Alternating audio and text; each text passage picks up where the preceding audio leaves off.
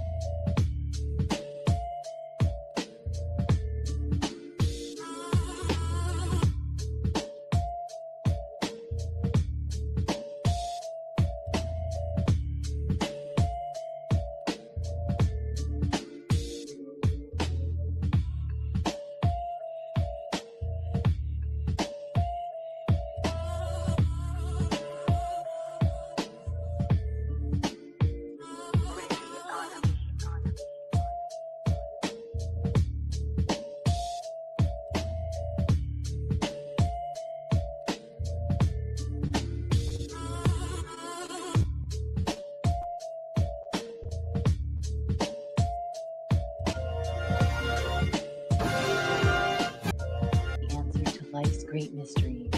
That man is Negrodamus. You, sir. The answer to life's great mysteries. That man is Negrodamus.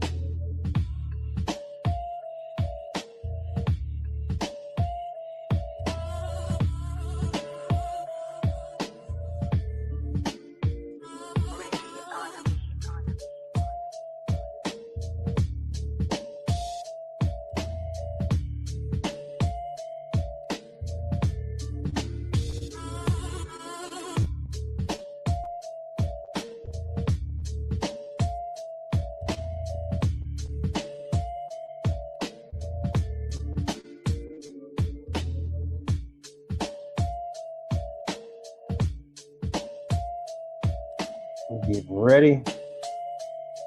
We got a few minutes.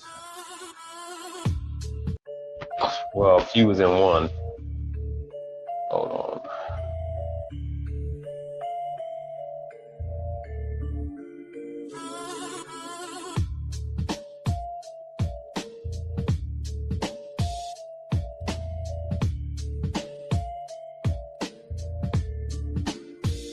That was my damn music. It is. All right. Let me get my hat. Let's get started.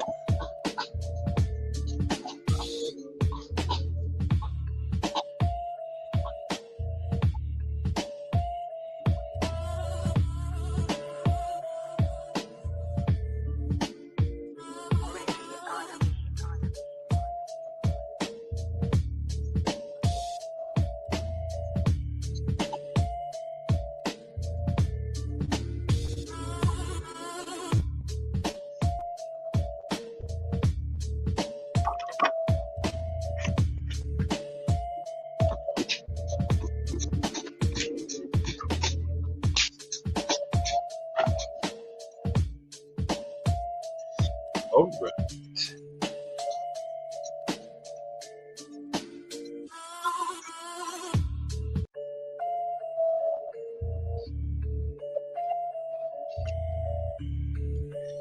All right, let's get into it. Let's get this thing going.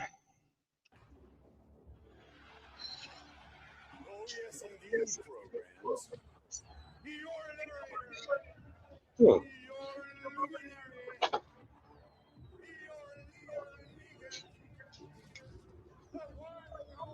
Ooh, I need my soundboard.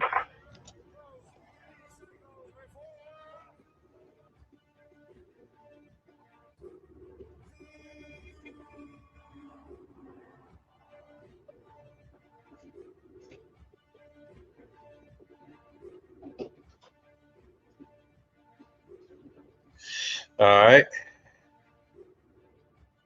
Let's get this thing going. Everybody knows we are live. We are live. We are live. There it is.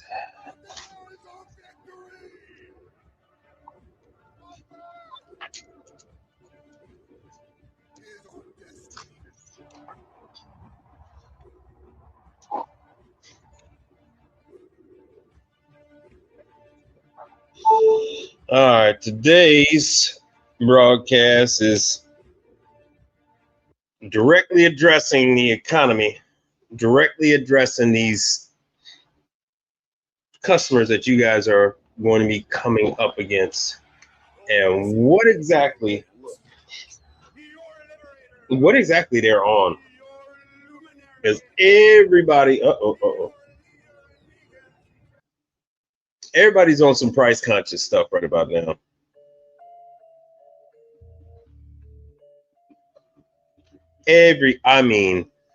All types of clientele is addressing prices. I have one I just started with. We didn't even get going yet. And the first conversation is about price. They're like, oh, I heard it's $1,000 anytime you do anything. And I'm like, yeah, you heard right. Oh, I heard you're rude. I said, yep, I'm rude to those who are rude to me. I am not taking any disrespect. I match with what I'm getting. So if you're nice to me, I am going to be nice to you right back. You're respectful, I will be respectful to you. But if you want to try and throw around disrespect, oh, I can more than match that one. So there's all kind of tricks and tactics these clientele are going to try to use. All types of things. Very important not to let that kind of stuff get to you. It's very important to understand that there's always another customer.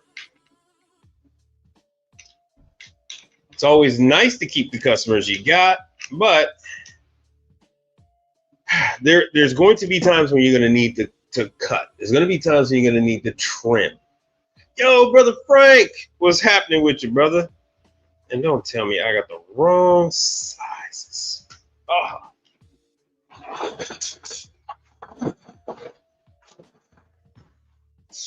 Hold on, let me see.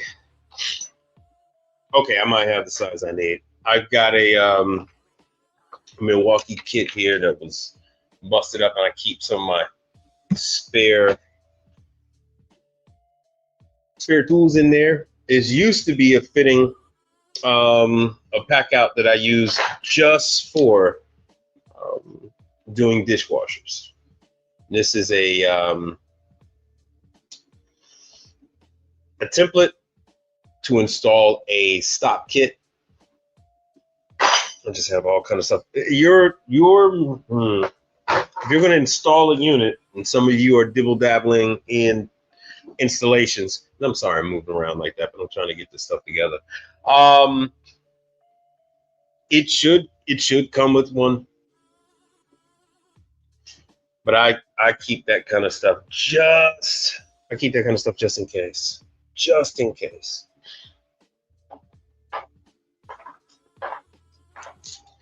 So what I'm doing while I got you guys on the line, yeah, brother Frank, I'm just gonna take this, or try to take this unit apart. This belongs to a commercial dishwasher.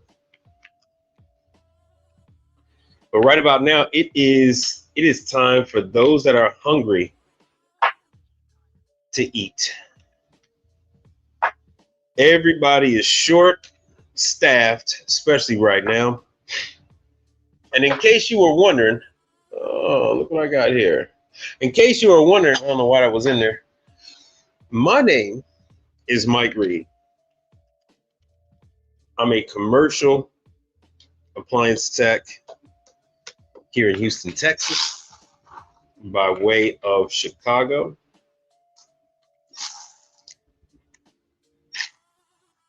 Ooh. And I am here twice a week to give you a broadcast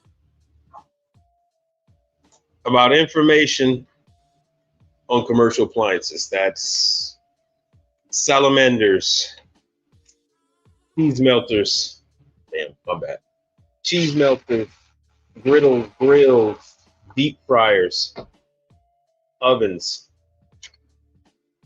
tilted skillets, dishwashers, washers, dryers, refrigerators, and my least favorite, damn, I gotta remember to hold this up, my least favorite, which is the damn walk-in. And of course, this time of year, we're gonna be getting hit with tons of walk-ins.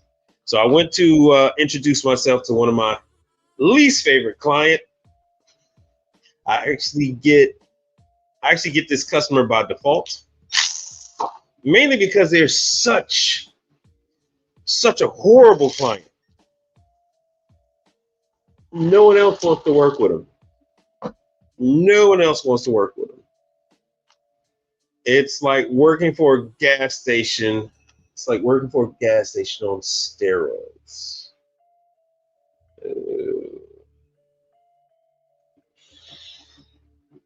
What I'm doing is I'm disassembling this drain valve. Most, like 90% of commercial dishwashers you run into, they use a gravity drain. This particular unit operates by way of using the pump that washes the dishes. It then flushes that water through the diverter valve, and then it draws the water out.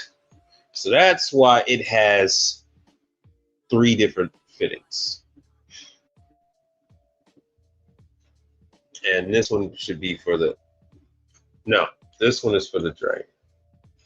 As for the drain, this is the valve that goes and recirculates and washes the top And this is the one hooked up directly to the pump. Oh yeah. Let's see if you can see in there.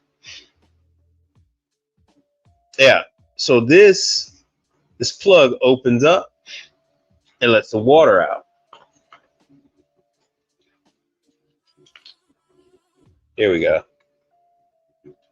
There we go. Magic time. So that's why it's called a diverter valve, because it then diverts the water out instead of back inside the unit. Sorry about that. Typically, I just order a new one. That's what I did the last 2 times I did this. But I've been running into an issue where it's been harder and harder and harder for me to acquire the necessary parts, which has made me come to the realization that I probably need to rebuild one or two of these so I can at least have it for backup.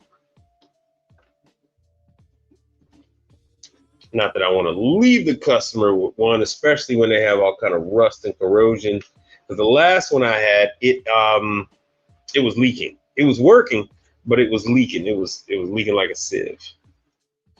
So come to find out, this one, the motor seized up. It's only slightly leaking. And this kind of leads into cost and charges, and your customers' belief that you're expensive, even with even with you knowing what your competitors are charging. But these customers will try to pull it. They will very often try to play little manipulation tactics to try and get you to drop your price. I have a restaurant. It's now a restaurant. It started off as a cafe. They took off to the point where now it's a restaurant. And with this location, I have grown with them. I've actually installed the equipment at the bar, installed drainage, installed dishwashers, disassembled equipment so it could be installed. So it could be brought into the building and then reassembled again. And I also supply the consumables for this location. As a matter of fact,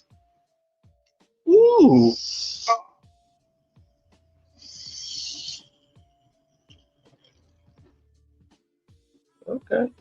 As a matter of fact, I'm going to install.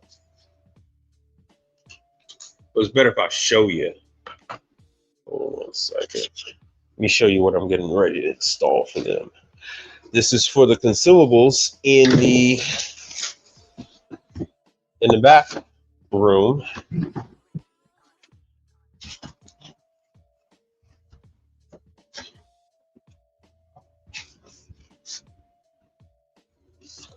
And this is used to make everything more efficient, more convenient. This is actually going to get mounted onto the wall above the mop sink. And the chemicals are actually going to reside inside the unit. Comes with everything that's needed. Well, I'm sorry, not everything. It's going to be missing. It's going to be missing about 1 or 2 things. So you hook up the unit to the mop sink. That gives it water. Water then comes in, and in these 4 positions, you're going to have chemicals stationed in each one. and then the water goes and dilutes the concentrated chemical to the proper ratio. Now, for the customer, this is a gift and a curse. The gift is now they don't have to worry about running to Sam's Club, Costco, Walmart, Target, and buying a gallon of bleach. They don't have to worry about going and buying 409 and all that other bullshit, because that's supplied by me. They don't have to worry about the tabletop cleaners, sanitizing, wiping down the tables and sanitizing them. And so any particular chemical is going to be here. So anyway, so I'm gonna install this at one of my locations I've grown with.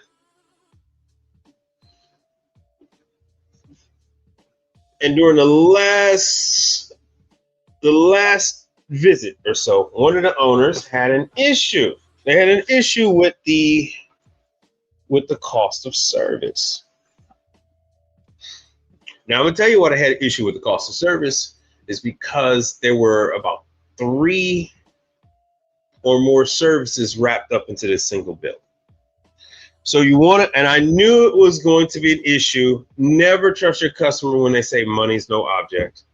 That's always bullshit.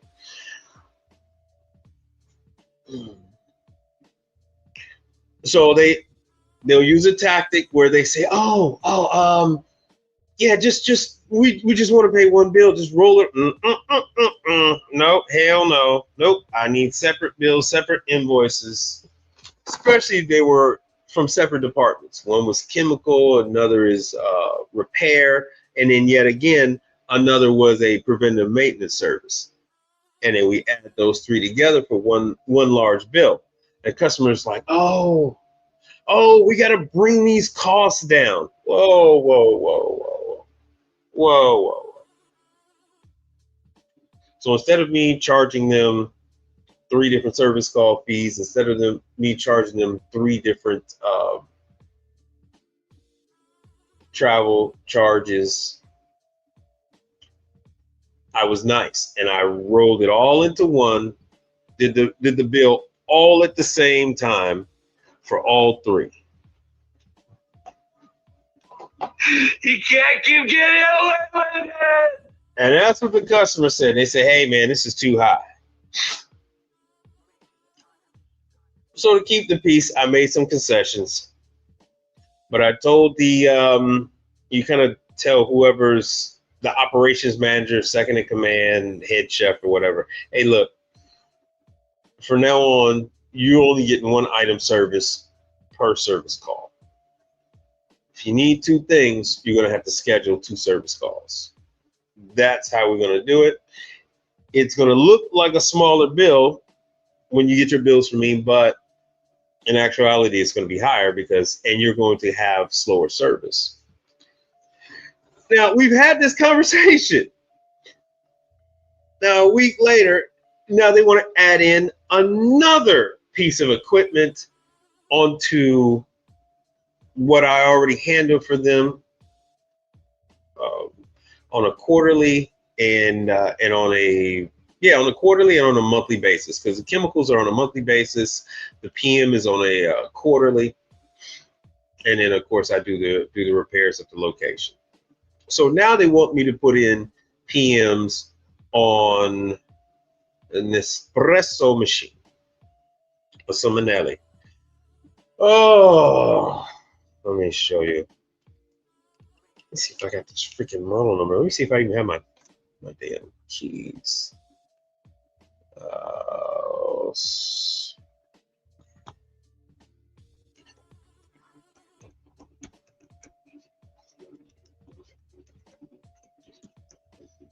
How are you guys doing this evening, by the way?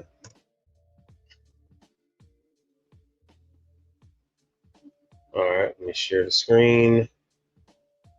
Simonelli.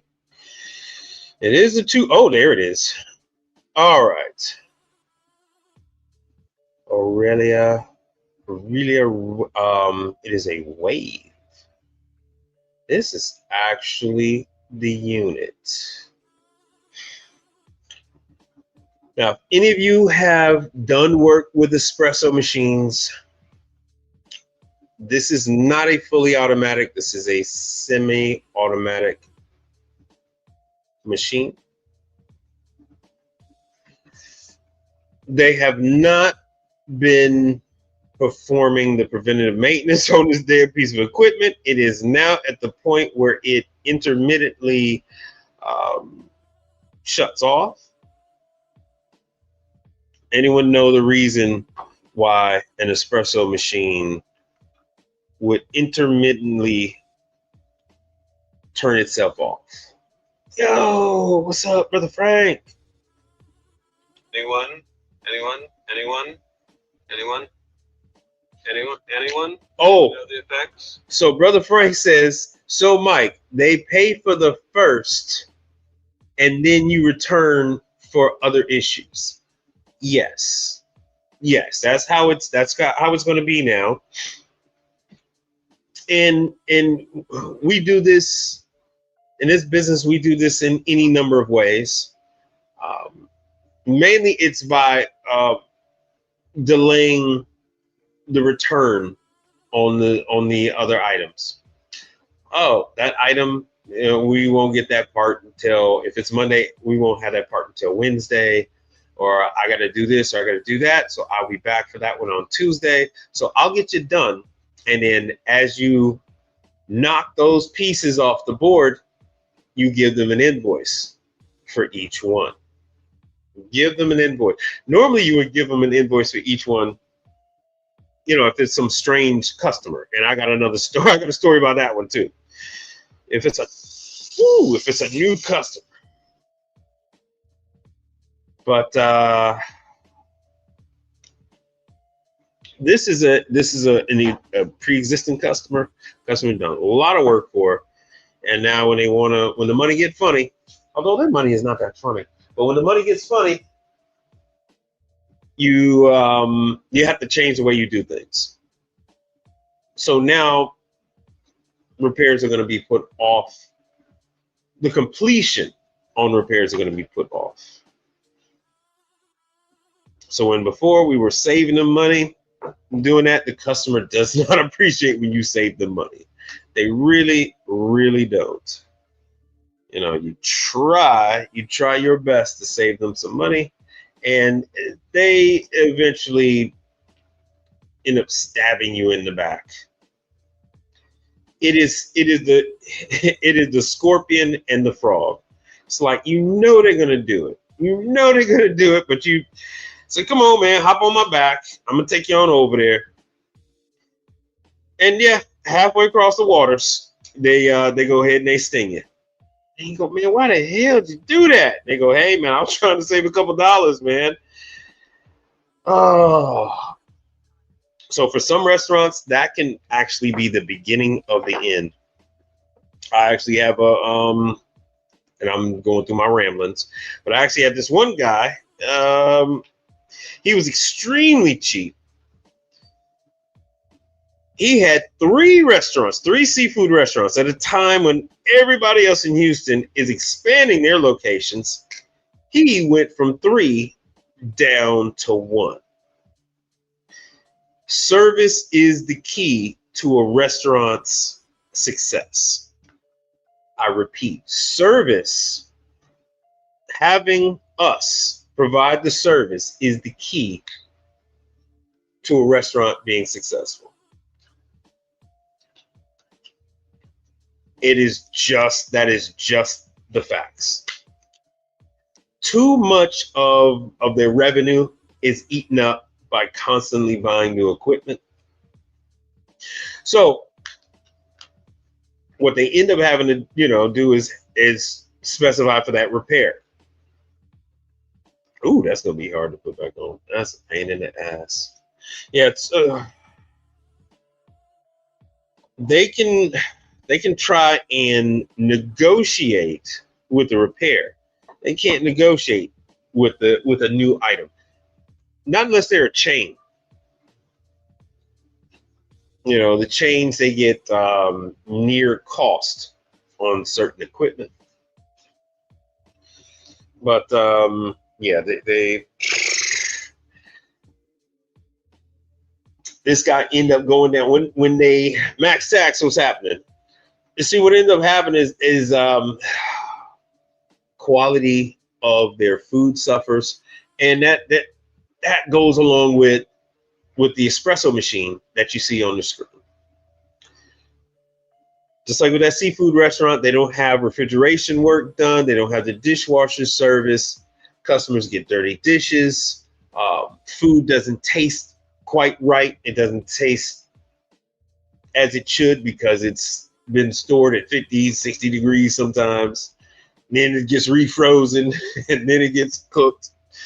And espresso, it really isn't much different. What you end up with the espresso machines, you get residual coffee grounds in there. It taints the water.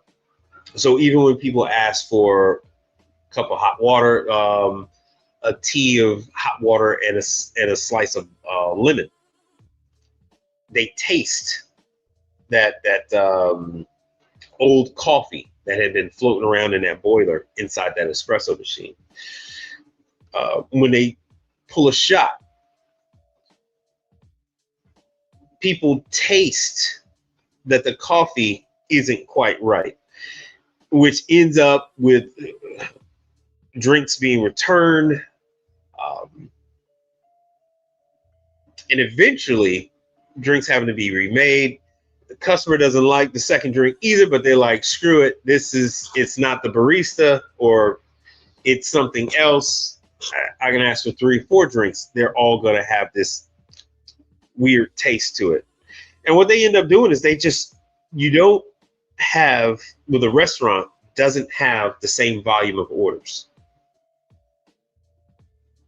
And if they were decent restaurateurs, they would look at the numbers and they would see that, okay, we're having less and less espressos ordered every month, less and less duets, less and less cappuccinos, less and less macchiatos. And it's the same thing with the food. They go, okay, shrimp, the request for shrimp has been falling off the cliff. Well, could it be that your fridge is temping high? Like, I was just working on a freezer. So working on a freezer at an establishment this last day or two, and the young lady, well, she's not a young lady. The lady had the evaporator was completely frozen over on that freezer. It was in the 50s inside that freezer. What did she have in there? She had French fries in there. She had shrimp. She had tubes of sausage, all kind of stuff in a freezer that was at 50 degrees. She had hired an electrician to do the work on the freezer. The electrician was throwing everything, because this guy has no respect for what we do. And so he was throwing everything at this unit. And of course, because the controller was still giving a display of the time, of the temperature and what functions it was going through, he didn't think that anything would have been wrong with the controller. But he's an electrician. He didn't know how what the sequence operation was to it, or how any of that worked.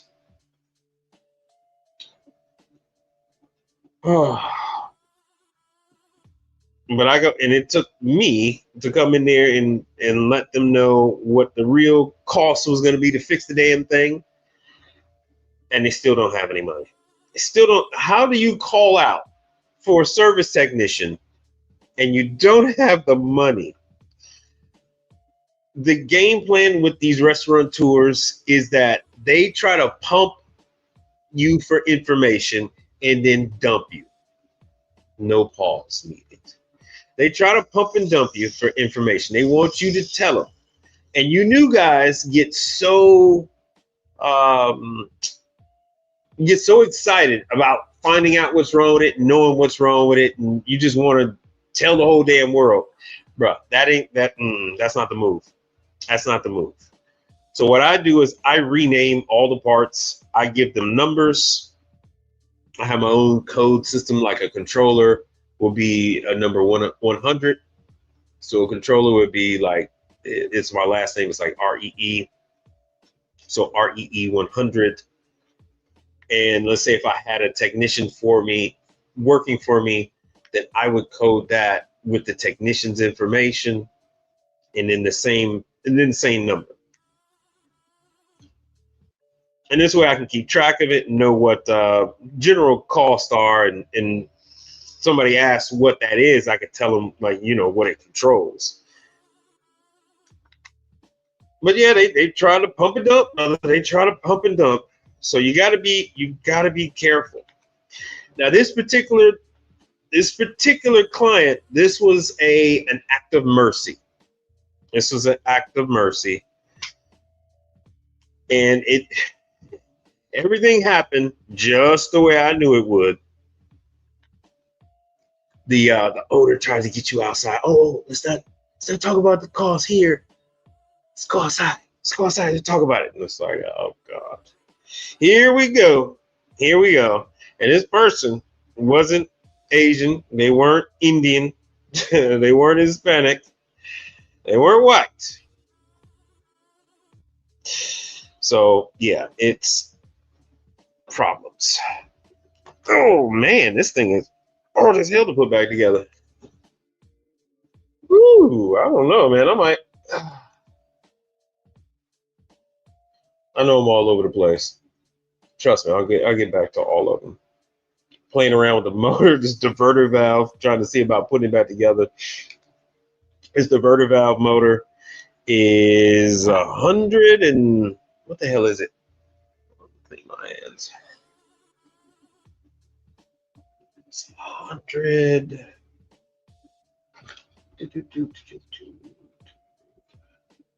All right, let me see. CMA drain valve motor. Oh, it's $100. It's $100 from, well, typically this is like All Points. Parts FE, All Points denies that this is a subsidiary of All Points.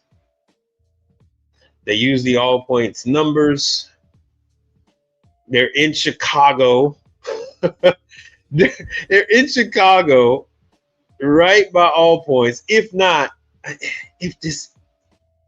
we'll go over that later. I think that might even be All Points address. But anyway, so this is the motor. It's the motor that you see I got right here.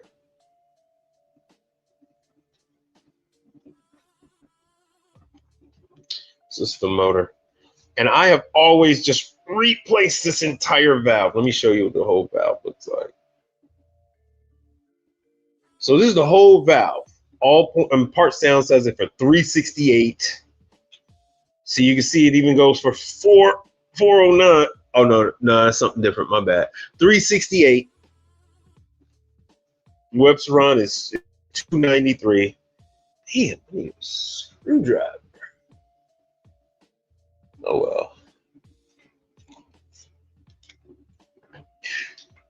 So when I saw that I figured, I said, man, I should be able to just replace this damn motor in here, because that's all that's seized up.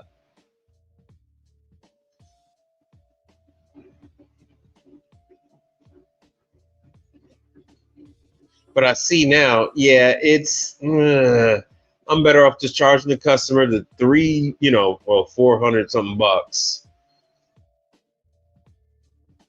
And then once again, that's what leads to these, how are you going to have a bill that's going to be less than $1,000 when the damn part itself is damn near $500 bucks? Even when you include shipping, let's even think about the damn shipping. First of all, the customer always wants this stuff next day or 2-day air. Well, guess what? You're looking at a couple $100 right there. So if I even charge them $400 for the part, then another $200 for shipping, you already at $600. What do you think my service call fee is? What do you think my labor is going to be? So even trying to be nice to the customer,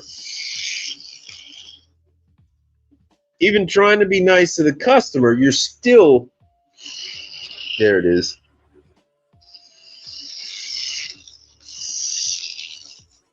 You're still going to end up in a situation where even having mercy, even showing pity, you're still going to be at $1,000. And that $1,000 isn't all yours. You've got to order the parts. You have to warranty the parts. You had to diagnose the damn equipment.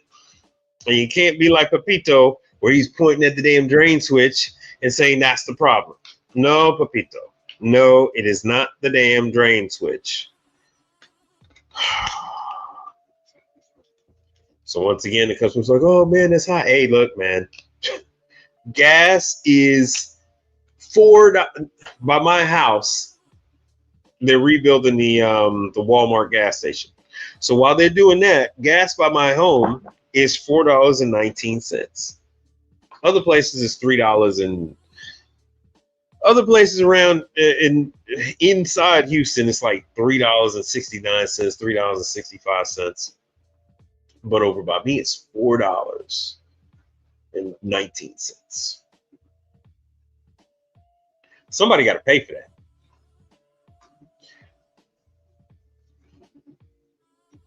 Even with me charging one way, you know what I'm saying? One way, 35 miles, and that's just to go from where I am to wherever the customer is. My competitors charge the mileage rate from the time the guy leaves one location to the time he gets to the customer's location. Then they charge the mileage and the hourly rate that the guy is driving from the customer's location to go get the part, whether it be on another technician's truck or whether they're going to the parts house, if the part is available, and all that gets billed. $1.50 a mile ain't gonna cut it. $1.50 a mile doesn't cover your brakes, doesn't cover cracks in the windshield. Which I had one of those this week. Big ass rock flew up, cracked the windshield. It doesn't cover when the windshield wiper motors go out. It doesn't cover flat tires, brakes, flat tires, oil change, air filters, oil filters, cabin filters. That isn't supposed to come from your hourly rate. That is the vehicle. Your hourly rate pays for manpower. The mileage pays for the mileage put onto the vehicle. Customer has to pay for that. It's like, hey, I could show up in a scooter.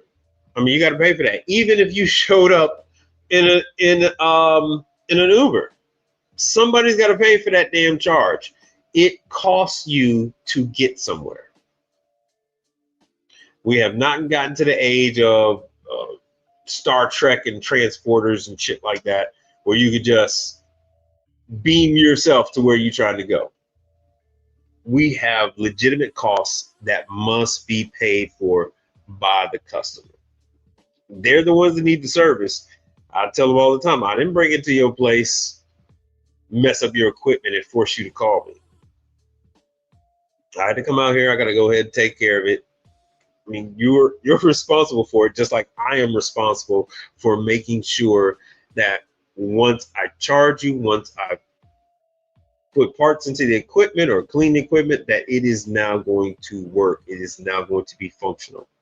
So the minute you charge them $1,500 and then the damn machine goes back down, you know, hey, I'm on the hook for that. Oh, so it must be. Hmm. It's a lot of. It's a lot of. Well, you know what? That's why we're doing this. That's why we're doing this broadcast. Whether they know it, it's even worse. It's even worse that they know it, because now they are deliberately cheating you. It's worse that they know it because they are making an effort in robbing you. They're making an effort in removing your profitability. They're making an effort into hobbling you. So now when your battery goes out and you need to buy a new $250 battery, where the money at? Now when you need a new starter, where the money at? Those are things on you. That is something that should be coming from that mileage that you're charging, and you need to charge appropriately. So now I have to, one of my customers, they say, hey, just the same one that wants me to do this one. So now guess what? Hey, all right, so you want me to come down? You want me to come down a little bit on the mileage rate? I said, fine, I'll come down on the mileage rate, but guess what? I was only charging you for a one-time visit with the mileage. So when I left and had to come back and then bring the part, I didn't charge any mileage. I didn't charge them a return fee. I didn't charge them any of that. So guess what happens now? Now they have to pay for all of that. They got to pay for everything. Beat me up, Scotty. What up, Reed? I have that true hat as well. Oh, from class? Yeah, from the training from last year. Yeah, 89 Dr. Funk. Hey, man, thank you for chiming in, brother. Over there at the cloud watching. I had a feeling that you might be tuning in from time to time. But 89 Dr. Funk, I used to comment and talk to 89 Dr. Funk on Mike Sneed's channel when he would go live like twice a week. When he had his ABC boot camp, when he was doing that, and I used to tell guys about the different warranty service companies and stuff like that. So I'm glad you're here, 89 Dr. Funk. Good to see you. I've seen you comment to other places too, man. Nice to know you still out there, brother. I hope you're doing well. Did you ever like dip your toe?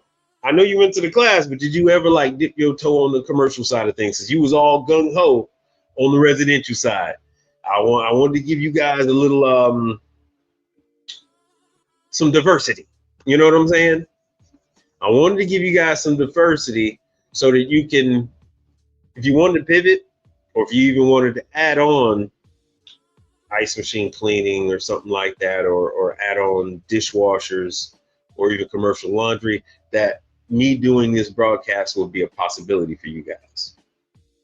So 89 Dr. Funk. So now you've been, what are you now, 7 years? 7 years into appliances, period. Not commercial, but just 7 years. If I can recollect correctly. Where we at, brother? Where we at? Anyone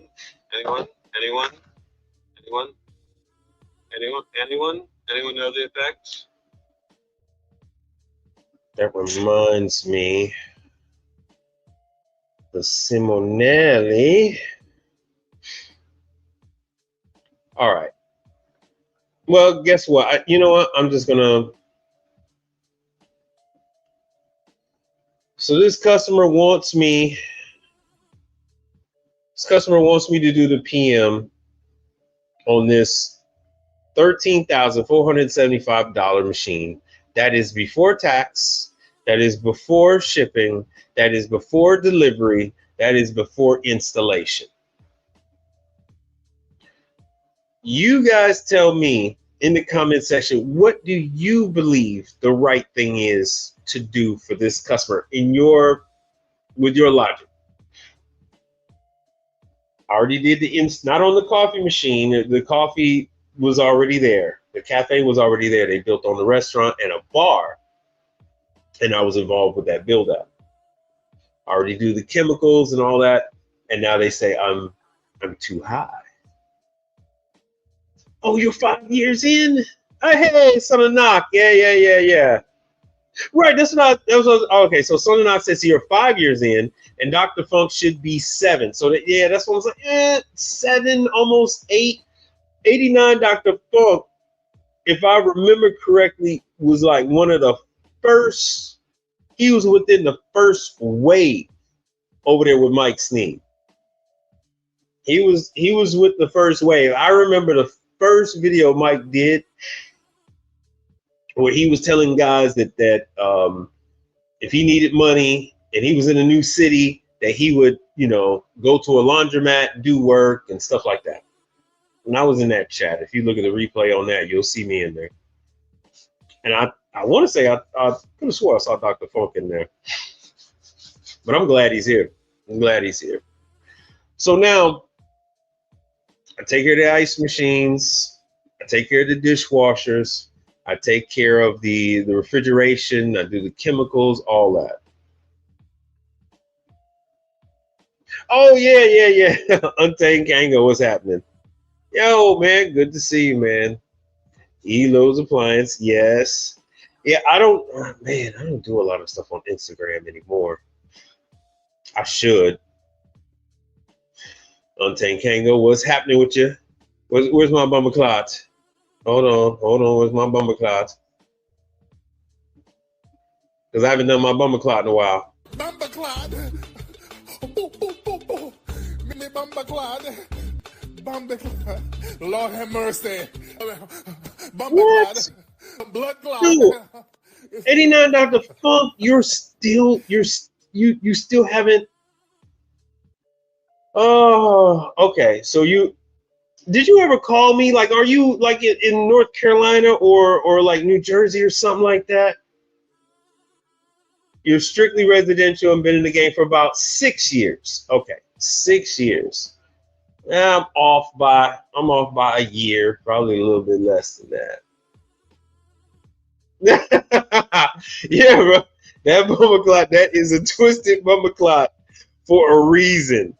That is it's the anti-bumper clot. It's that's the American black having fun with the bumper clot. The Ross clot, bumper clot, man. But 89 Dr. Funk, man. I think you called me once. Like 2-3 years ago. Now, I've told you guys before, hey, look, you guys can go. There's a lot of stuff that you could do work outside of the 9 to 5. Hey, I need to boost that light. Outside of the 9 to 5, you guys can do. Right, you were in the first wave. Yes, 89 Dr. Funk says he was in Mike Sneed's first wave. I remember. Yes. But there's like when I do Target and stuff like that, you do the units at Target. Oh, you're in Michigan. Okay. I think you had called me up. You knew that brother. Because no, that's the other one. That's Indiana, but that's all right. There's plenty of locations. Like you could do the Walmarts, you could do the Targets. A lot of those places, like they would prefer for you to come early in the morning, late in the evening. If you get certain accounts open, if you're just going to do ice machine cleaning, a lot of guys found this one out. If you're going to do ice machine cleaning, especially at the hotels are open 24 hours a day. A prime example of doing this stuff at an off hour is this freaking espresso machine. Oh, Son of Knock, you say this is your 4th year, full-time, ups and downs. Yes. Yes, it is ups and downs. It's very addictive. Yes, you're your own man. So today I was told, as if I didn't know, but today I was told that I was expensive and that I could be rude. And all of that is true. All of that is true. Now, the expensive part, that's all relative.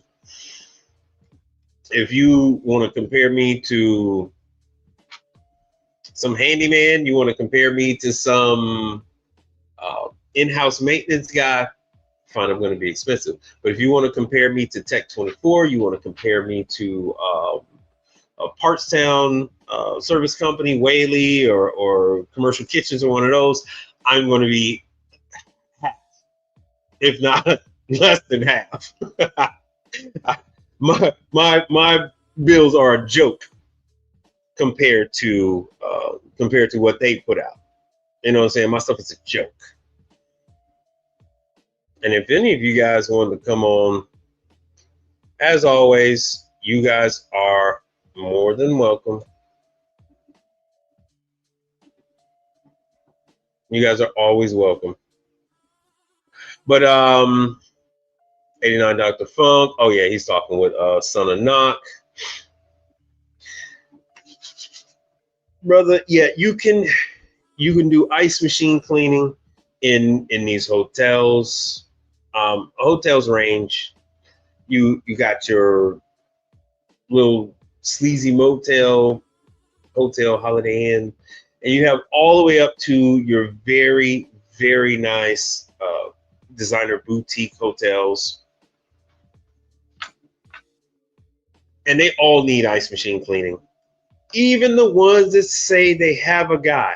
Well, guess what? What happens when the guy gets sick? What happens when the guy is on vacation? What happens when the guy quits?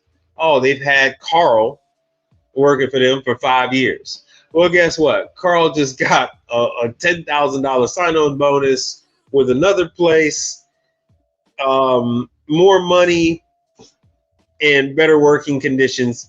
He's gone. He's gone. Carl is gone. So now what? Now they're left without service. And that's where you come in. And that's what I like to tell these people. Sonana says, what's expensive is paying the big guys all that money, and the unit's still, oh, excuse me, yeah, the unit is still broke. Yes, that is a thing. I'm gonna stay away from that. I'm gonna stay away from that. But yeah, that's the thing. The large companies are in such a desperate need that they gotta have butts in seats, right? They gotta have somebody behind that steering wheel because they've made a promise to a place with 5,000 locations. Just hypothetically, one place alone got 5,000 locations, and they have to provide service within 24 hours. How do you make that work? So they're in a predicament. They're in a coinkydink. I was trying to think of something funny to say like that, but they're in a predicament. So they're looking to hire any and everybody that has a driver's license, that could pass, maybe even pass a drug test. I don't even think they do drug tests. Who doesn't have too many DUIs? Somebody that can drive, they don't have too many DUIs, and that shows up to work, and they need them to go out. I was telling the story on, when did I go live? On Mondays. I was telling the story about how on Monday, one of the other service companies / distributor / dealer / leasing company, they send their guy out from Houston all the way to Virginia. They only got one guy, one dishwasher guy. They got to send him all the way from Houston all the way to Florida. The one dishwasher guy. And of course, we're here in Houston, so he automatically goes to Austin and stuff like that. Now, fun fact, they had 8. They once had 8 dishwasher technicians. Those 8 went bye-bye. They got sign-on bonus, they got more money, and they went to, I'll just say it, the lesser company. You're going to leave a top company that sells, distributes, leases equipment, and repairs equipment, and sells parts, and you'll leave that company to go join a company that only does service. They still make a lot of money. Like, man, what do they make? I think they make some like somewhere in the neighborhood of like 20. No. Somewhere in the neighborhood of like 200 million on up. Damn, I want to show you the numbers, but then I would let everybody know who the hell I'm talking about. So yeah, it's crazy out there right now. It's crazy. Which leaves the opportunity for you and me. It's crazy out there right now, which means there's so much stuff that's left on the table. So many scraps. I hate to say it like that for us, but if you are a small company and you are 5 technicians or less, yeah, we have our, some main clients, but we basically deal with the scraps, to be honest with you. We deal with a lot of scraps. If you're dealing with gas stations, hey,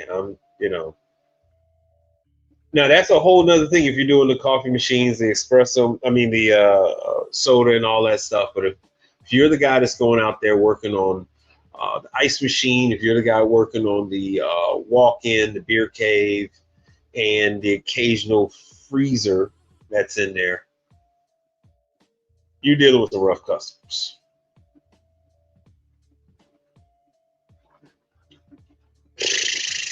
It's a rough one.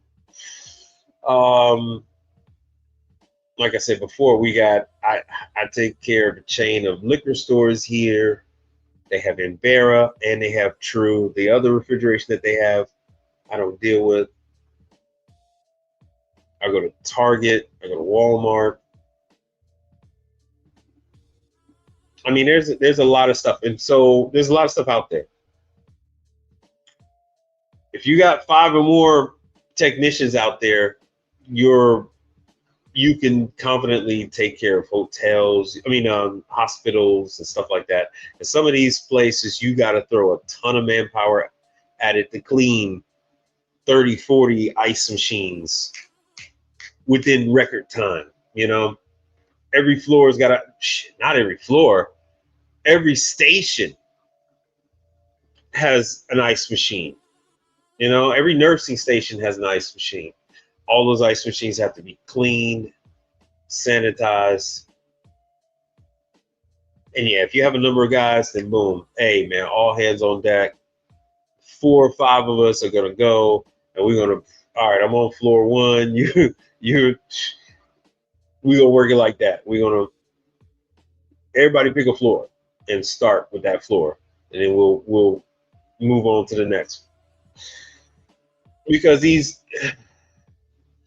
clients want this stuff done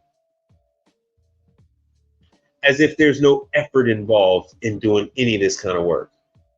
And newsflash, there is a shit ton of effort involved in a lot of this stuff. Well, let me check my microphone, making sure. All right, damn, still at 100%. It's a lot to it. One of the chains that I do work for that told me I was expensive and told me that I was rude, they had a walk-in that was down. Well, not down.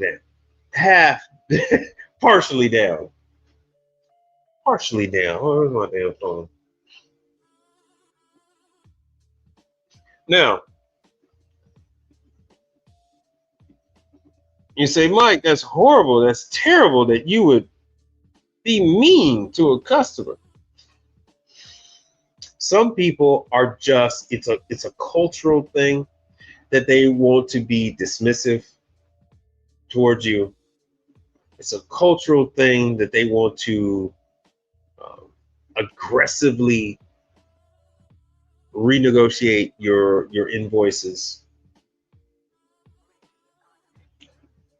I've been doing this too long. I know what my pricing is in relation to everybody else. And the fact that they want to be predatory, or unfair, or dismissive, it enrages me. Now, I've never put my hands on anybody. Come close, but I've never put my hands on nobody. But they feel that the clients feel as if they can do whatever they want. Burger King, have it your way. Fun fact, they cannot. They cannot have it their way. Without us, the equipment doesn't work. This one client in particular, hey, the health department comes in, they shut you down. This one client in particular, I tell them, they say, oh man, every time you come in, it's $1,000. Yes, it's $1,000 every time you see me. Get the fuck over it. It is what it is. You want to go with the other guys? Bend over, grab your ankles, because theirs is going to be 2 or 3 times my $1,000. And then I point to the stickers that they got all over the equipment. I go, yeah, they're gonna get you. They're gonna diddy you. See that? See that there? Ooh, do you see that? Yeah. Hold on one second. Let me get rid of that.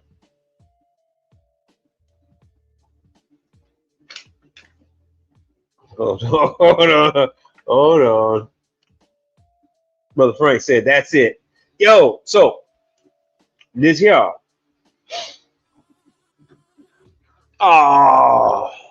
This here is an evaporator fan motor for a walk-in. Guess how old the walk-in is?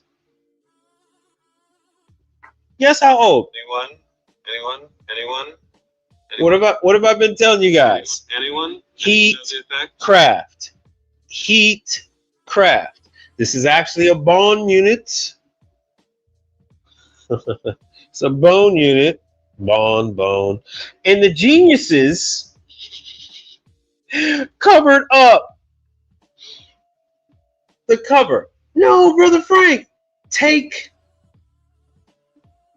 35 years off of that. Then I want you to take another 6 months off of that. That's right. This unit is 6 months old. I like to do my customers, I like to grab them cradle to grave. So I get in there, and it is a hard sell. I understand that. It is a very hard sell. I am willing to fight through it. So this walk-in is 6 months old. I am willing to take the blows, right? Oh, you're expensive. All our stuff is new. Nana, boo boo. It's all new. Yeah, I know it's all new, but that's why I'm here. I do your stuff when it's warranty. The location is already 6 months old,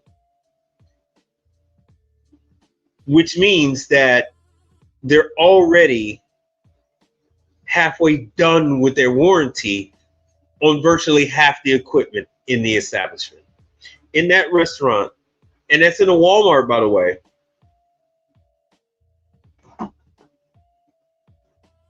most of the equipment only comes with a 1-year warranty. This is commercial equipment. They're a little bit better. You can see the bone. And the geniuses covered up that section. So there you can see it says Golden Chick, and it says it's a Walmart. So I like to double up. I like to double it up. I know you guys don't have Golden Chick. It'll be coming to a city near you.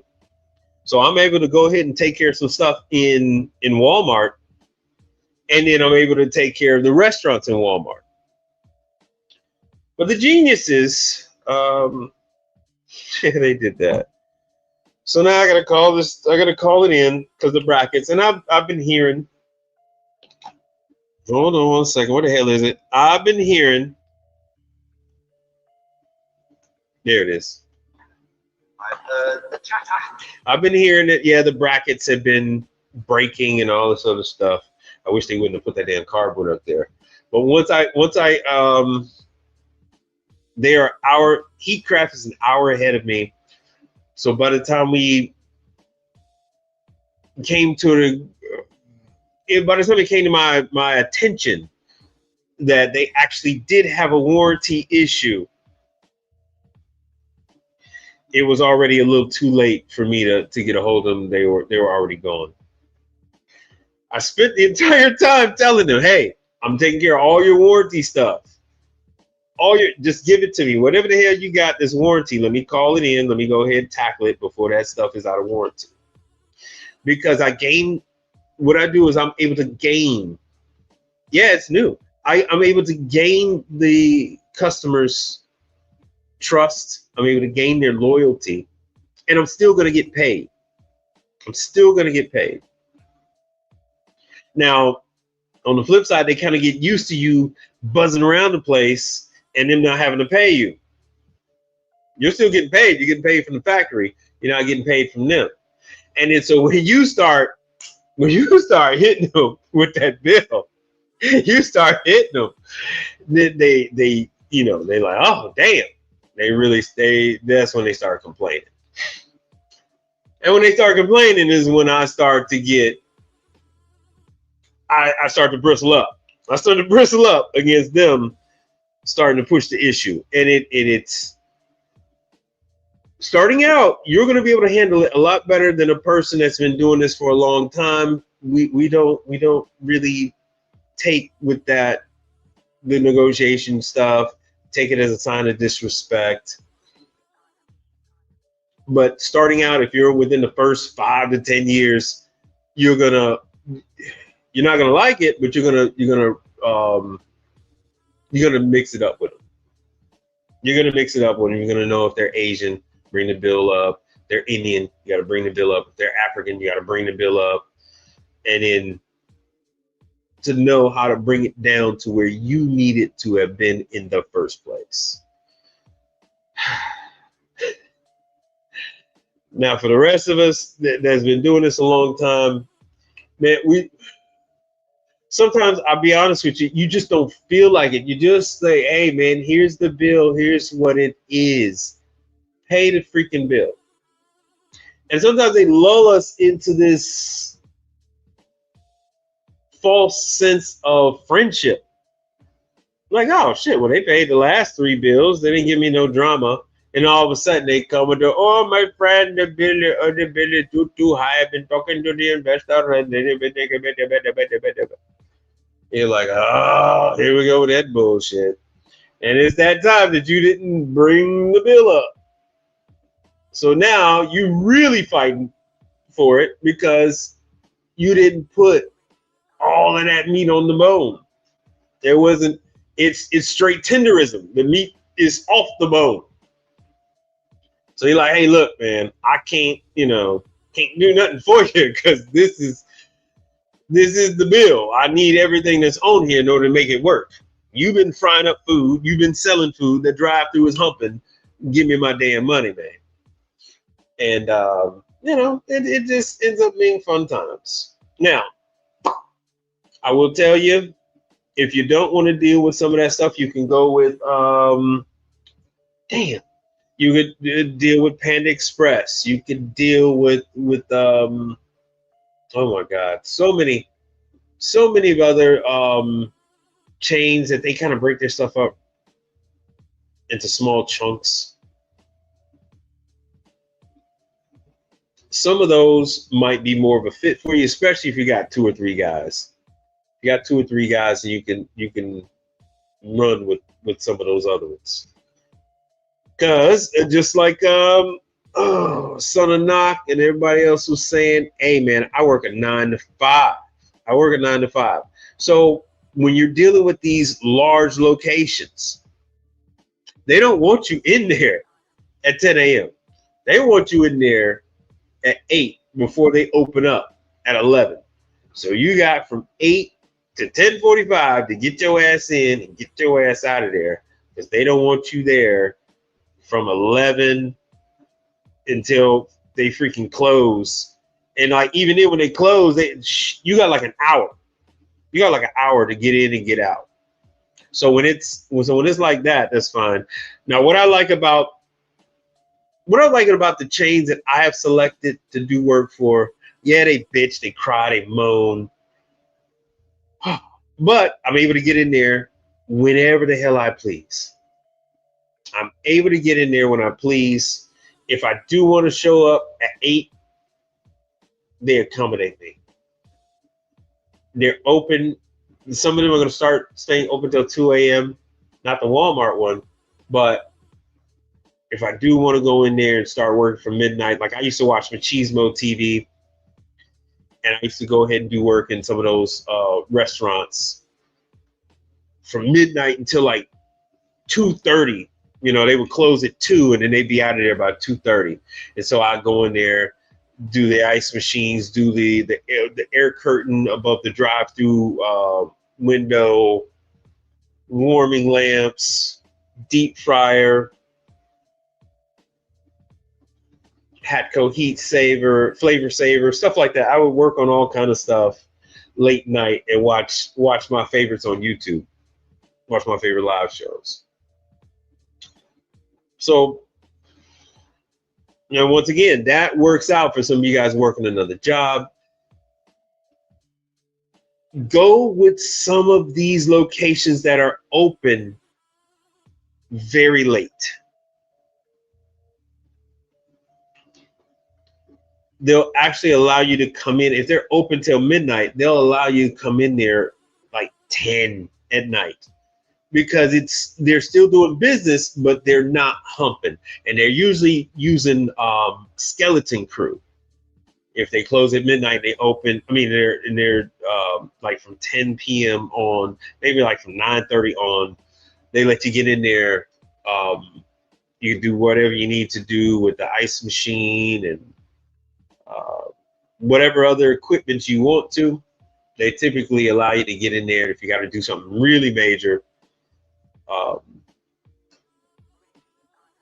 They'll let you start, and then they'll let you close up, right? So they're like, oh, you know, hit the keypad button, and then the alarm will turn on. You just push that door and walk on out. So that might be beneficial to some of you guys that are trying to come on in on the commercial side.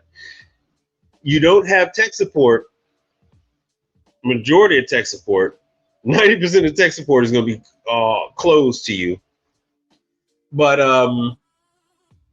you can get in there with a number of parts and figure it out. You know, minus all that kind of stuff. Yo, so Brother Frank says, speaking of air curtains, where do you get those from? The actual air curtain? You can get those air curtains from Baker. Hold on a second.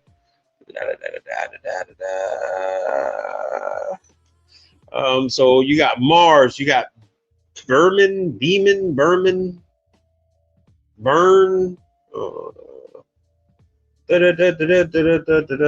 Hold on, let me see. Baker Distribution. And thank you for chiming in, brother. Thank you. Oh yeah, Granger. Granger got him. Oh yeah, there's Mars and Burner. That's what it is. Burner.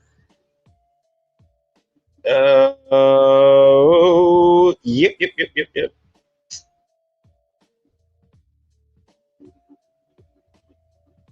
Baker. Woo! Excuse me. I'm so sorry. So you can definitely go to Granger. So Granger actually carries both lines, Mars and Burner. Huh. I'm trying to see if I can find someone else.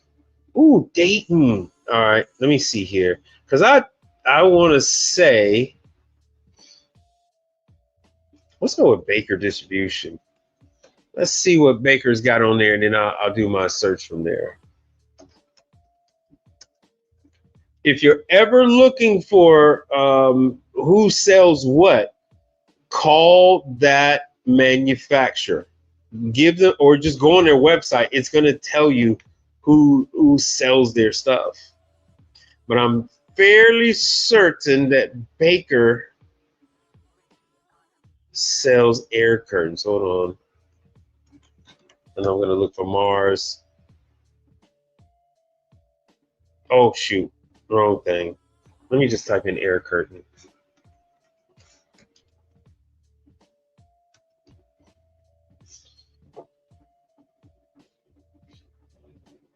Let's see what we got here. No, who the hell? What the hell? What the hell? I'm pretty sure Ferguson does. I'm pretty sure Ferguson sells air curtains.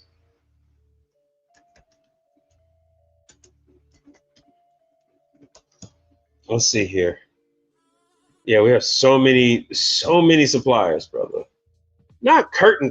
God damn. Air curtains, man. Jesus, Ferguson.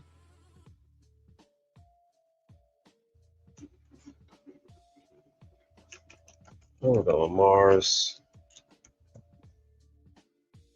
Let's see, we got Mars fans. I don't see any air curtains anywhere. All right, this is what I'm gonna do. I'm gonna go to Mars air curtain, Mars air system. Oh yeah, their learning center. Oh, I need to start including that.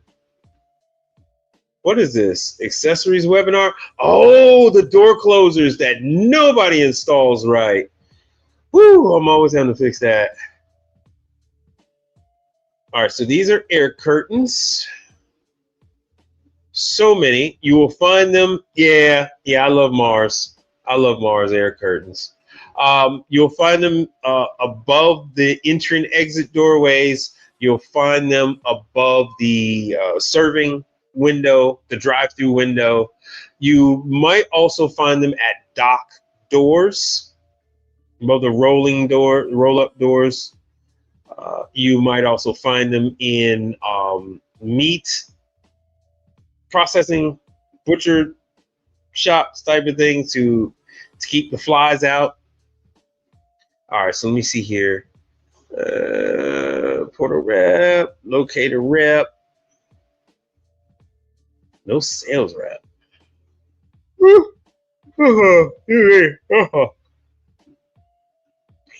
Flies. Speaking of flies. Damn. Let me go back. And yeah, you can always call them directly. Yeah, have any questions or concerns, you can always call them. I want to say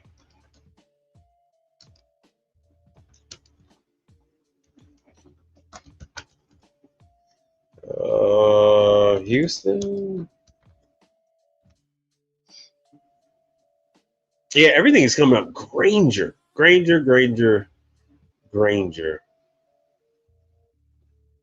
So at least you know you can get it from Granger.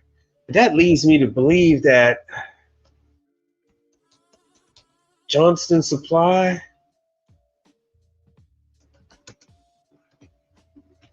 Because I know one of these guys. I know one of them sells it.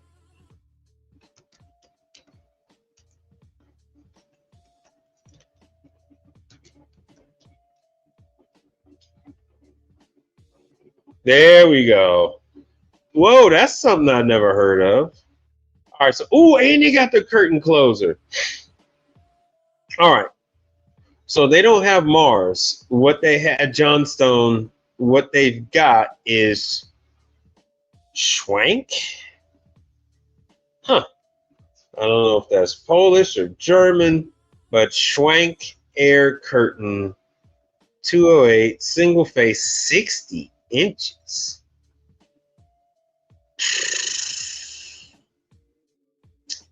So they have air curtains at Johnstone. I knew one of them had it. I knew one of them had them. So what brands are they carrying? Low Pro Series air curtain. Oh, Mars. They are carrying. Johnstone does carry Mars. Thank you, because I knew somebody had Mars. Johnstone. Brand is Mars Air System. Because I have, bro. Speaking of rude and all that other stuff, man. Yeah, I've had some experiences with burner, and I think I've had maybe one or two with Mars. Woo! Because reason why I say that is that these manufacturers ship everything out in like the one box. They everything has already been ordered, so it's not like what we just did where we're just randomly picking something out. This stuff has been purchased. This stuff has been designed with an architect. So it's not like somebody's like, you know what? I think I'll put an air curtain right there. It's usually when they've done the build out or when they restructure the property to handle the new equipment, to handle the new layout. An architect is brought in. Some of these kitchen design specialists are brought in, and then they say, okay, we're going to put in Mars, we're going to burner, we're going to put that in there. And that is, at that point is when they spec out which one, and if it's going to have a door closer or not, or if you actually have to turn the freaking dial. It's very easy for the installers to just not put on the door switch and just switch the damn fan off. And so when they do the startup, when we go through the location, we do the damn startup, we turn the fan on. Okay, it works. We turn it off. And if you're the one like me and you got these locations from cradle to grave, they go, hey, I worked at the other location in Sheboygan, or I worked in the other location up the street, and the air curtain comes on every time you open and close the door. Oh, okay. Well, let me call up. And you call up, and they're like, oh, we shipped it out. I'm like, hey, whoa. There's nothing that says if these things are manually switched or if they purchased it with the accessory, which is the door closer. Oh man, fun times. The things we actually go through. It's always fun. And then you go, hey, look, man, this thing don't have a door closer, because you actually get that way too. You go, okay, there's no door closer on this. Let me call them. And then you call up the factory. They chew your head off again. They go, hey, they didn't order these with the door closer. I'm telling you, man, you can't win. You cannot win. You cannot win on these situations.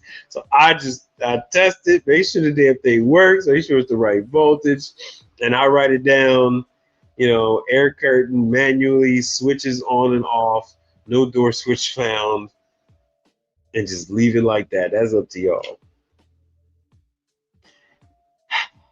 Fun times. But yeah, Brother Frank, so you're in Texas with me. Johnstone, not Johnson, but Johnstone Supply has Mars and some other off-brand shit. Oh, I saw Cadobo Express. When I went to that Walmart and that chicken restaurant, the one that has the walk-in that's only got one blower and the guy thinks that everything is fine. Across the street from there, I used to take care of the Five Guys. And now the Five Guys is gone. And in its place in its place is, believe it or not, a freaking Qdoba. What the fuck? What the hell? Who in the hell who is doing this? Who put their money down for that? Qdoba. Qdoba. Oh, who is doing this? Who said, yeah, I'm going to take my life savings and I'm going to throw it into a fake ass Chipotle? Mexican Eats, Mexican restaurants and catering. Qdoba Mexican Eats is a Mexican restaurant and caterer offering customizable, flavorful food. Plus, add queso and guac for free on any entree. Take that, Chipotle.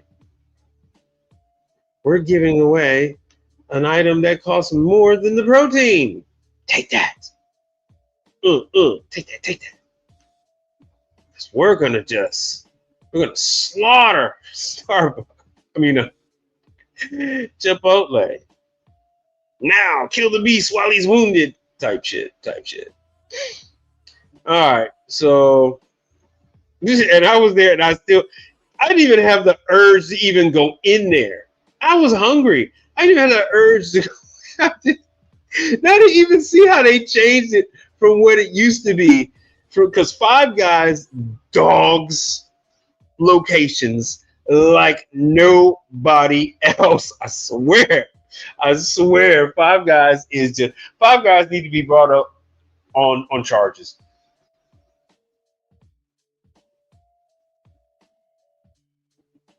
Crimes against restaurant kind, bro.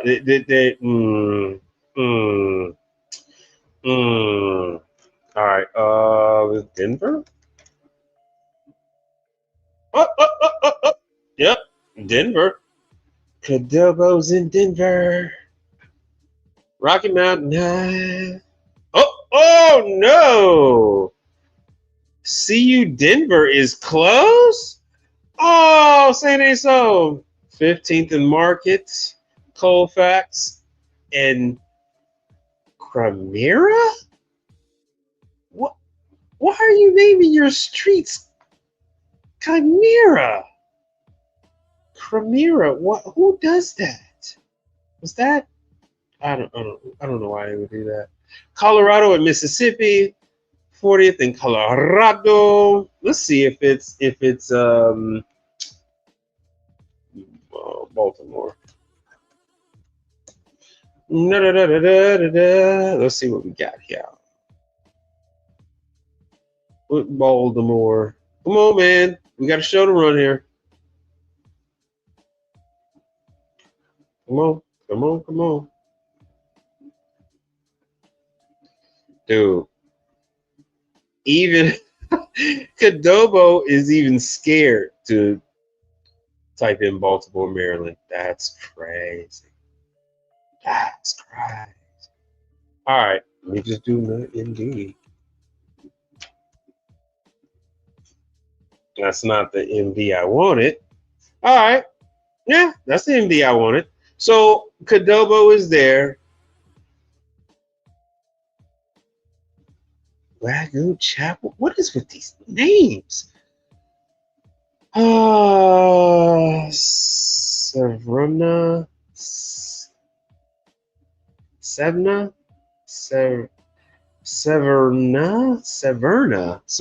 Park. Yeah, Severna Park. Tech. Dobby wants his sock back. Richie. Oh no! U.S. House of Representatives is closed. Oh, maybe when the House is back in session. But there you go. You got Qdoba. People.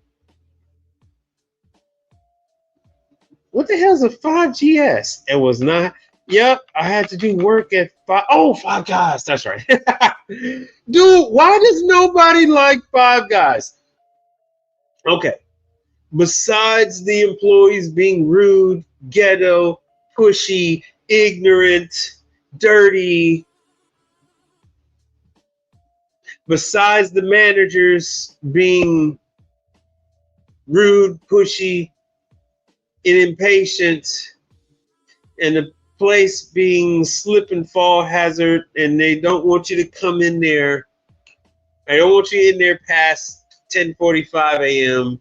and they don't want you there before, what is it, 10 p.m. or 9 p.m.? Besides that, it's a wonderful establishment. It's a wonderful establishment that believes in repair over replace.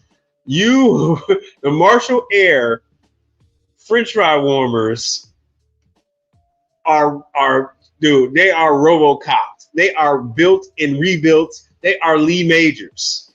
We can rebuild them, bruh. Everything in a Five Guys is typically original to that location opening.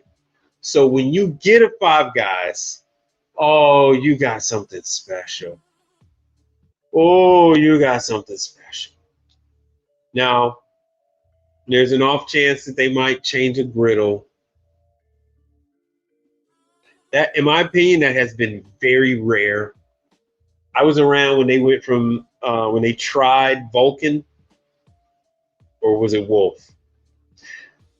Maybe it was both of those. But for whatever reason, some of the locations here in Houston were not Magic Kitchen griddles. They were Vulcan, I think.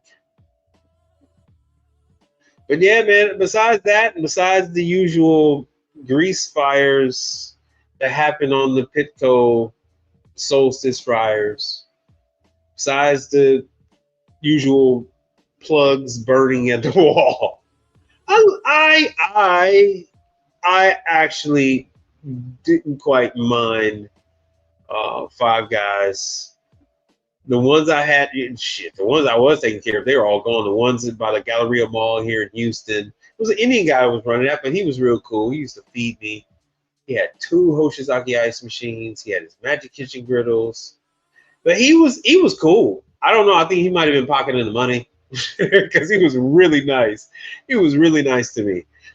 So I don't know if whatever bill I was giving him, he was then turning around and patting the bill. I don't know what the hell he was doing. But whatever it was, he was so happy to see me every time I came. Every time I showed up to this place, we were like, oh, me and my Punjabi friend. He was like, oh, my brother. And I was like, oh, my Ganges brother. What's happening? So, but Five Guys had some financial issues, and they closed a number of establishments. Let's see here. But back to Cadobo, because yeah, I'm all over the place. Ask your damn questions. Speak now or forever hold your peace. Chicago. So I can't remember if Cadobo didn't make it. Oh, okay. So they still went with downtown. Corner of Van Buren and South Wells. Who here is up on their matrix? LaSalle and Washington. Who here is up on their matrix lore? Diversey and Sheffield. So that's way up north. Sheffield. So that should actually be by Lakeshore Drive. Diversey. I used to date this chick up there. Elmhurst. Oh man. And then my uncle, one of my favorite uncles, he used to live up that way. I could always run into him up there. South Wheaton. Damn, we just immediately jumped from the north side of Chicago, downtown Chicago, all the way to freaking Wheaton. Butterfield, which is 22nd out that way. And Lake Geneva. Oh, that's Wheaton still. So that is okay. Because I thought that Cadobo didn't make it in Chicago. So I see now that somebody put 3 in the suburbs and they got 3 downtown, essentially. We're just going to chop up the north side and just say that's downtown. So what we got here on Tankango says there was a fire at Sawgrass. Oh my God. Oh no, not the Charlie Philly cheesesteaks. No. 4 days ago. Looks like a ruptured flex gas spot. Oh no. Because yes, Charlie cheesesteak is a horrific offender. They have really gravitated toward the Indians. The Indian population is looking for something better than Subway, not as financially oppressive as Laundromat, not as financially oppressive as a gas station. So Charlie Cheesesteak is the answer that they think to their Vishnu Rama prayers.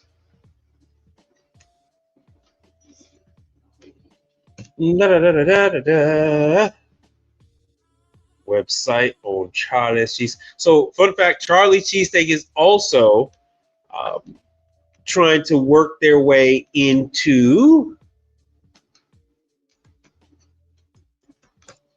Walmart's. The problem with that is the rent. The rent is so damn high. It's not really working out for them.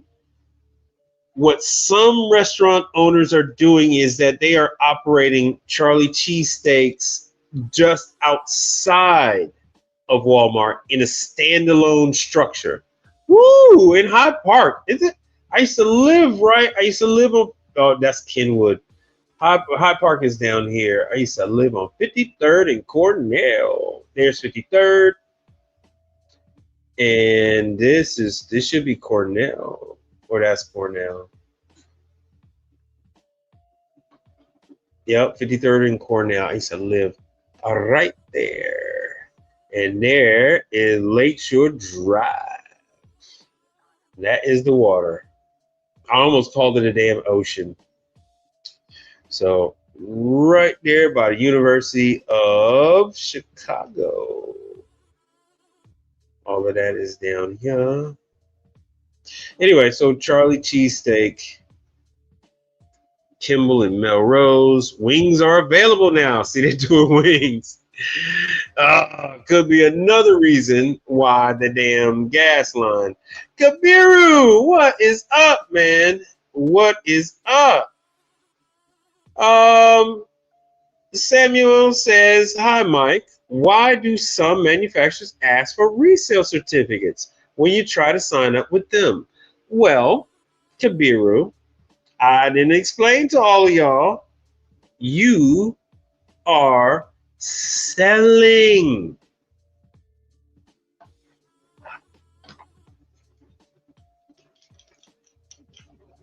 You're selling parts, Kabiru. So the manufacturers do not deal with resale tax. They only do B2B.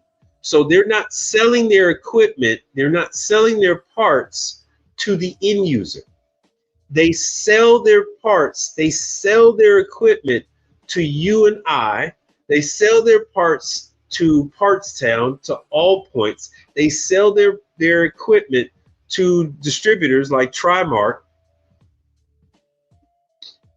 And then we charge the customer the sales tax. So now instead of, let's just say it's Globe, instead of Globe paying sales tax to Washington State, Florida State, Illinois, Texas, they pay nothing. They pay no resale tax because they are not the end user. The end user, when it comes to parts, you are charging the customer. So you charge the customer for your service call, charge them for your mileage, charge them for whatever your drive time is. You charge them for the part. You charge them sales tax on the part. You charge them labor. There is no sales tax on labor. Charge them labor. And then you wrap that up. I mean, there might be shipping fees that you charge. There's no sales tax on shipping fees, but you put that in there. So the manufacturers do not sell to the end user. Oh man, I need a user thing. Oh man, I need one. Oh well. So that's what that's all about. Greed and panic. That's what that's all about.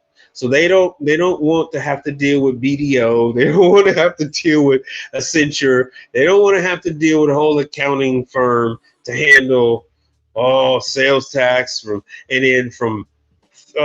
freaking 800 clients. No, because that's part of this drama that we're going through, is that the manufacturers said, hey, instead of us dealing with 3,000 service companies, let's just deal with 50.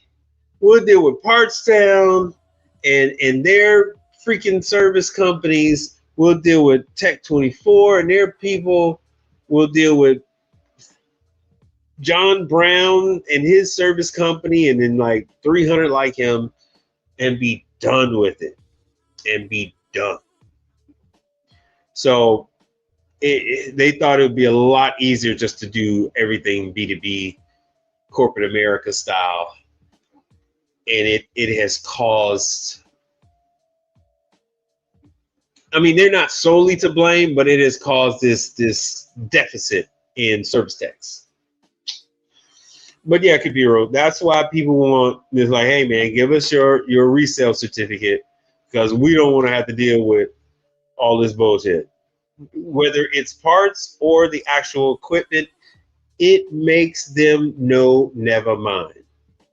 Okay, Kabiru, they don't discern whether it's the part, whether it's a circulation pump on an ice machine, or the actual ice machine. They don't give a shit. It's all getting shipped out. You got to pay for the shipping. You got to pay for the sales tax when you sell it. So guess what? If you have it and you never sell it, the state doesn't get sales tax. It's just your stock item. I got compressors on top of compressors on top of compressors. So like I've been sitting on this for years. So until I sell it, see, it's got cobwebs on it. That's crazy for the summertime.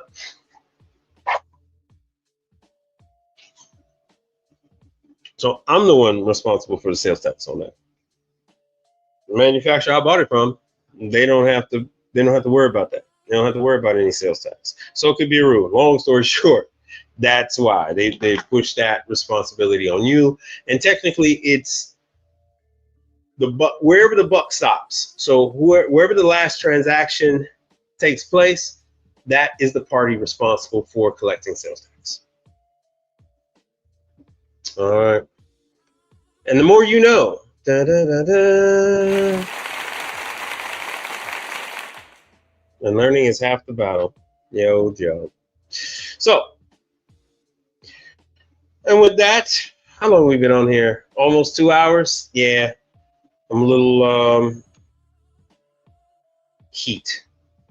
Had my day. Well, probably I was on a little earlier. But with that, is there anything else you guys wanted me to cover? Anything else? Oh shit, Cermak in Harlem? They got a what's the name? It's probably in the damn mall. It's probably in the mall. Okay, so see, this is perfect. They don't open up until 10, but Charlie Cheesesteak, you can work in Charlie Cheesesteak in my experience, I could work in them anytime. Never been a problem. But yeah, they don't open up until 10 and they don't close until 11. Now, if they're in the mall, which that one probably was in the mall. Ooh, that one closed at midnight. That's Cicero. Cicero and 50th. So since they close at midnight, yeah, they probably have no problem with you getting in there at like 10 p.m. working from 10 to 1. So you got from like 10 to 1 to work at that location. And this is Charlie Cheesesteak. So Charlie Cheesesteak is trying to grow like crazy. This guy, he is throwing, he's signing up locations like Chinese throwing stars. He's signing up franchisees like crazy. Oh, all right. Ooh, excuse me. Ooh, Broadview. Okay. So this is a standalone. Damn, deliveries until 11. So 10 a.m. to 10 p.m. So if you're working 9 to 5, you can get into this place at like 8 p.m. Yeah, like 7 or 8. The reason why I say 7 or 8 is like that's after the dinner rush. That's after the dinner rush. So you can get in there and do what you got to do. You know, and they typically are not going to have an issue. And especially if it's something like what I got to do, like, that's not a Charlie Cheesesteak, but especially if it's like a walk-in or something like that, yeah, that's really got nothing to do with their day-to-day operations. Oh, by the airport, by O'Hare, Fashion Outlet Mall. You know, that's why that closes so early, because this is inside the mall. So my advice would be that if you're working a 9 to 5, stay away from them damn mall locations, because a lot of restrictions with getting in there, and then the time that you got to work on them damn mall locations. It is a pain in the ass. And with that, I'd like to thank L to the. He donated to the last show. Damn, I need to do new videos for all the new people. L to the donated last show. L to the genius. And to all the rest of you that have contributed to the show, I do appreciate you. And with that, we are going to wrap this thing up. And don't be afraid to ask any type of questions in the comment section. Those come to me. As soon as you hit send or save, it comes to me like a two-way pager back in 1994. Catch you later. Remove this and see what I'm going to leave you with. See what we got here. Oh,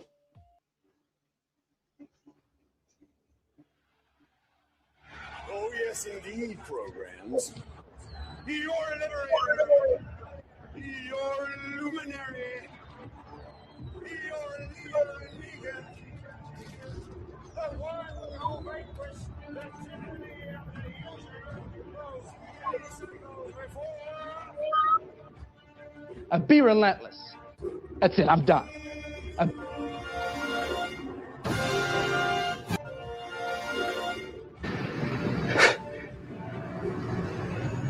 I haven't got time for this Mickey Mouse bullshit. Gentlemen, don't waste your time in the vain pursuit of this, that endeavor is to be hot. Let's talk about something important. Are they all here? All but one. Well, I'm going anyway. Let's talk about something. And I'm here on a mission of mercy. Out there is our victory! Up there! In case I don't see you. Good afternoon, good evening, and good night. We are same, but different, but still same. Ha ha